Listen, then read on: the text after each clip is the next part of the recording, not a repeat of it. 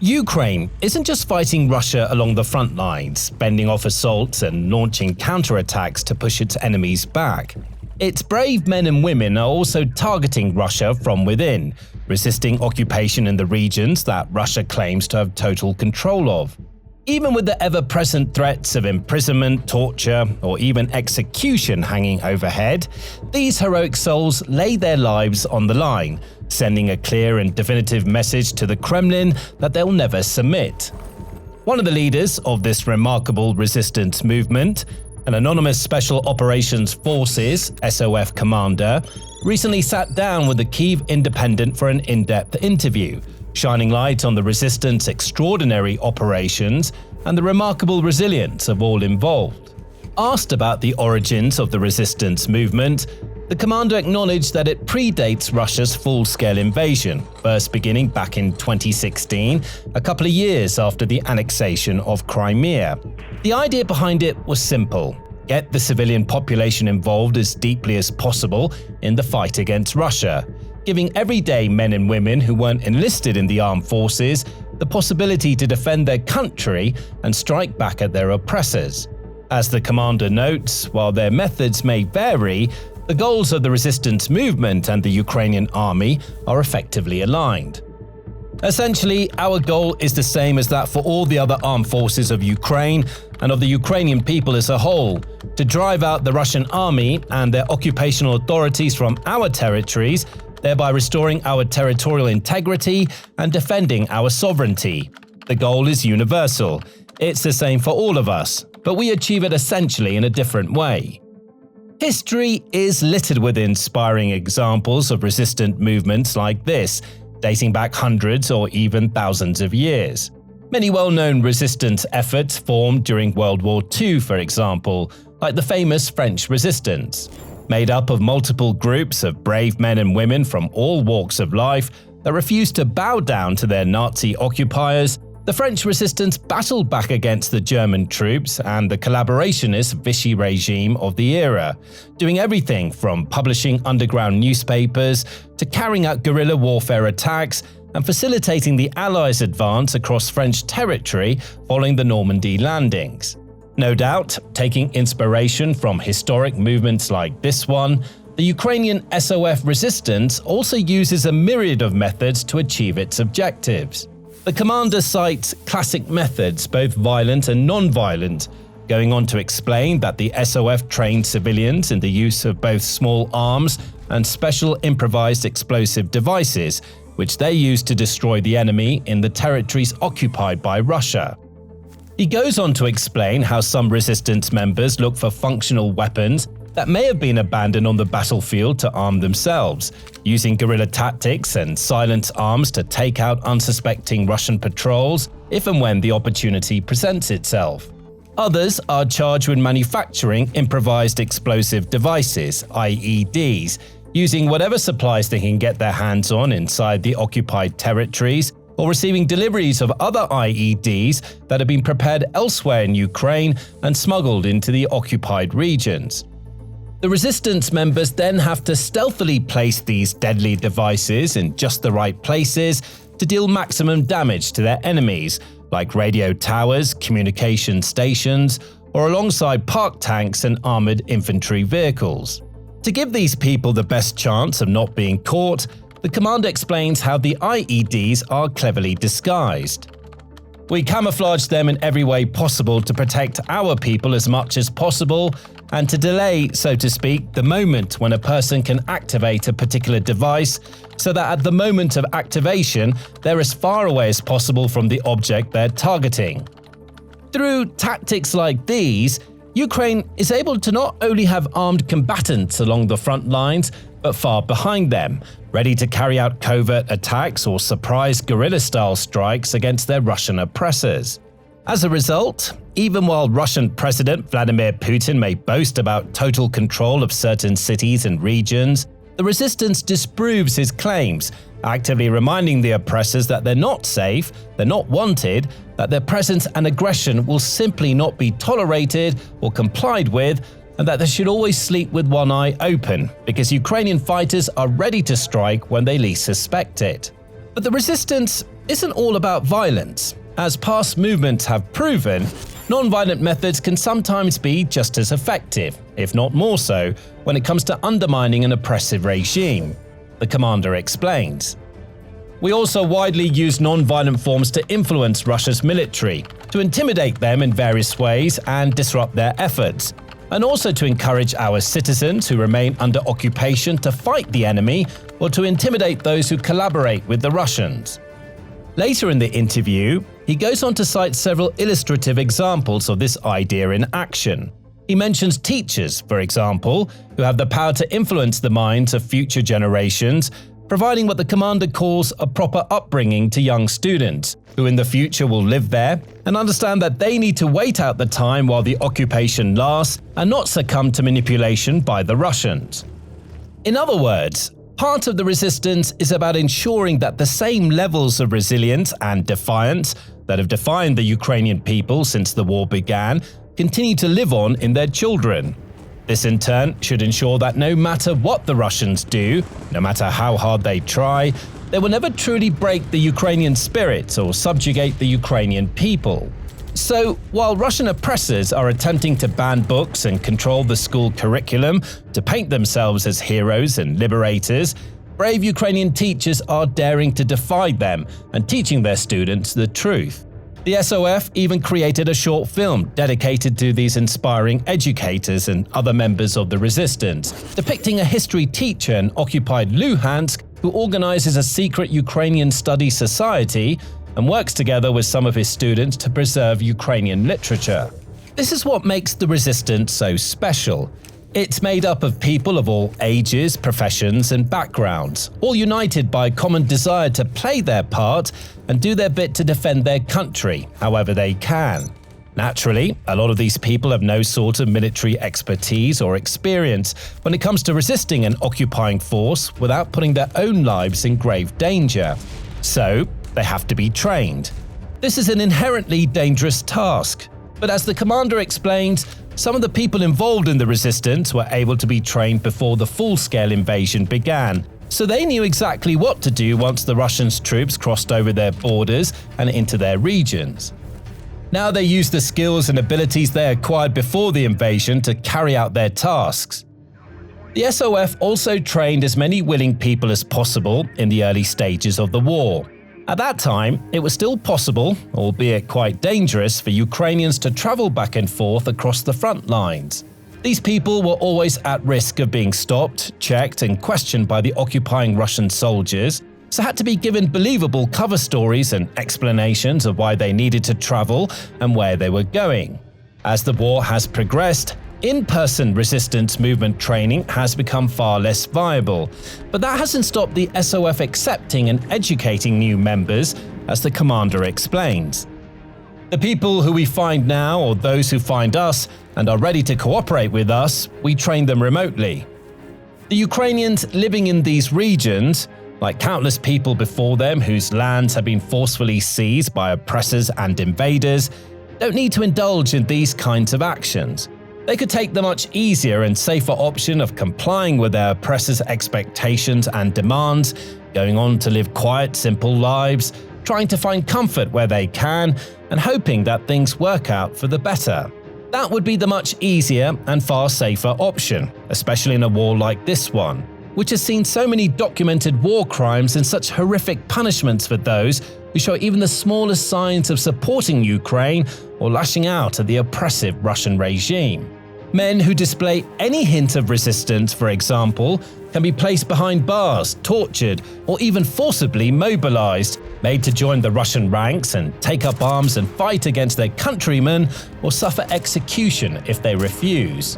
Women, meanwhile, are often subject to horrific sexual violence at the hands of Russian soldiers, and there have been numerous reports of rape being used as a weapon of war to threaten and frighten the civilian population, with no punishment for the soldiers who commit these crimes. Even Ukraine's innocent children aren't safe under Russian rule. The Ukrainian government reports that more than 19,500 children have been forcibly deported to Russia taken from the only homes and families they've ever known before being brainwashed with pro-Russian propaganda and put up for adoption to Russian families. Parents, meanwhile, have been threatened with having their children taken away and housed in orphanages unless they volunteer to take part in Russian military training camps. These are just some of the terrible fates that await the countless Ukrainian people living in occupied regions, and punishments tend to be most severe for those that show any semblance of resistance or rebellion.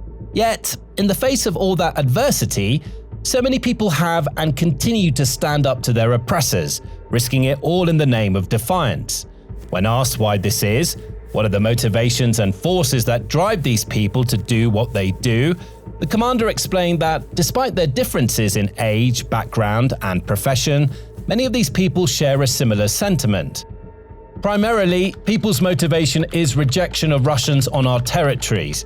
Every conscious person understands what they came here for and sees what they're doing. He goes on to note that the elderly or middle-aged members of the resistance movement are old enough to remember the days of the Soviet Union. And of course, no one wants a repeat of the Soviet Union 2.0. Younger individuals, meanwhile, have grown up living freely, making free decisions about how to live, where to live, without instructions from the Kremlin or from Putin. Of course, they do not want all of this, and they understand that to have this freedom, it must be defended.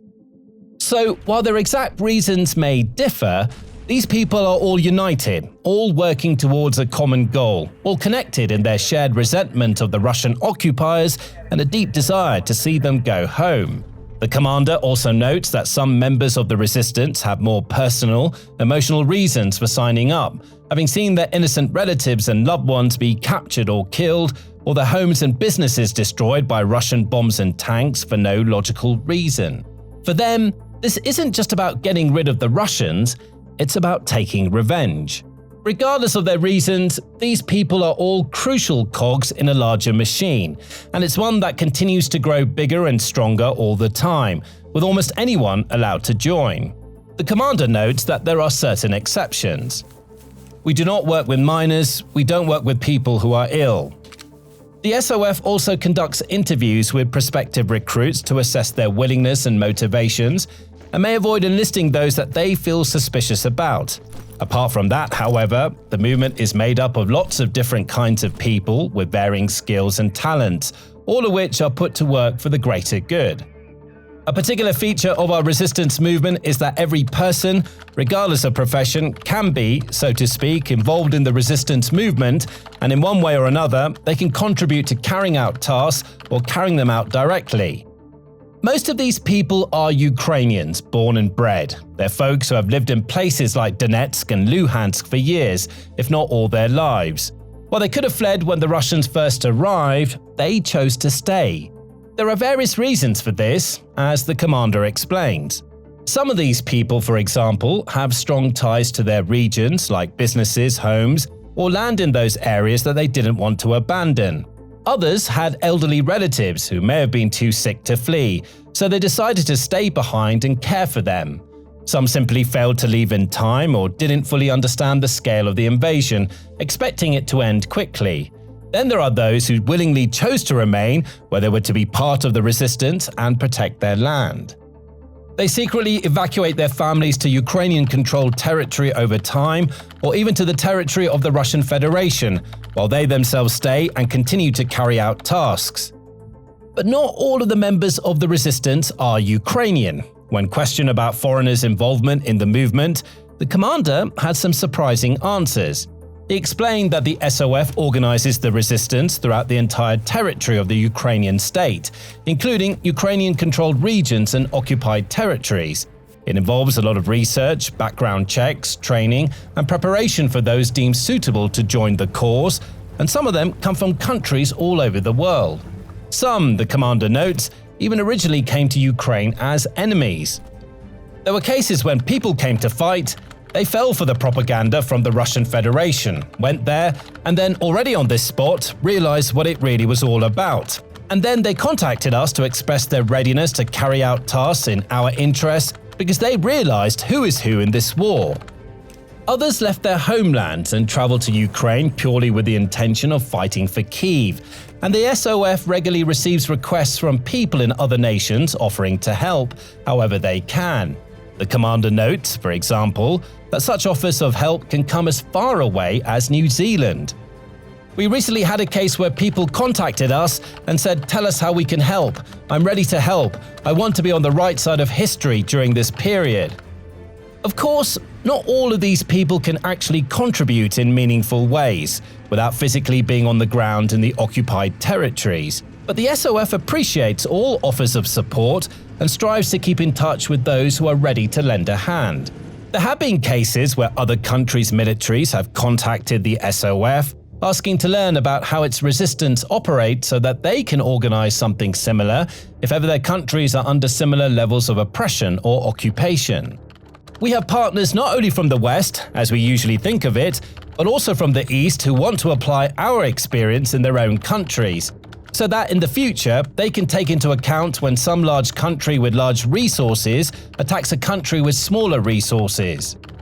The commander goes on to say that the resistance has already shared information with reasonable countries, including those next to the Russian Federation, adding that the SOF is open to sharing our experiences as much as possible, and citing examples like Lithuania, Estonia, and Finland, where resistance movements against Russian occupation could become increasingly important in the years to come.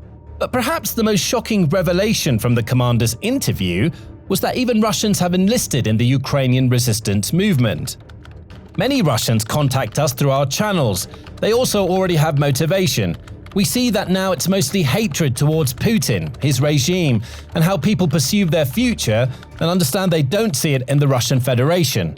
They understand that Russia, as such, is becoming isolated, that they're being shut in, and people understand that if this is not stopped, they will simply end up like North Korea someday, just with a larger territory. He goes on to explain that the resistance cooperates to varying degrees with Russians both abroad and in occupied territories, even going as far as providing consultation services to Russians who are eager to start their own resistance movements in other regions. This just goes to show that it's not just in Ukraine, Europe, and North America that people are turning against Putin, but even in his own country. The Russian people, many of whom either supported or silently tolerated the Kremlin regime, are beginning to grow sick and tired of this meaningless war and Moscow's ruthless quest for power. Many of them want peace, and they're increasingly willing to take action to achieve it. The longer this war goes on, the more people are likely to feel that way, and the stronger this resistance will become. It still faces challenges, of course, and the commander even admits that it's become harder to carry out tasks in certain areas because there are simply fewer people in those locations. But the movement isn't stopping, and it won't stop until it achieves its objectives. We will fight until our territories are liberated, whether this is with support or without support from our partners, whether they recognize these territories as Russia or not, that doesn't depend on them. It depends solely on us Ukrainians who remain here in Ukrainian-controlled territory and those citizens who remain in the occupied territories. To end the interview, the reporter asked the commander what he'd say to Vladimir Putin if he had the chance. He responded simply and succinctly, "I'd tell him to leave us alone." If the resistance keeps up the fight, and Ukraine's armed forces continue to enjoy the kind of big wins they've achieved of late, then perhaps someday Putin will finally hear that message. Now, you can learn more about one of Ukraine's recent victories in this video, which looks at how the country's armed forces achieved something that seemed impossible in the Donbass region. Alternatively, check out this video for a look at how Russia's once strong frontline defenses have begun to crumble. And finally, make sure to subscribe to our channel for more breaking military news, reports, and analysis from the Russia-Ukraine war and other important conflicts across the globe.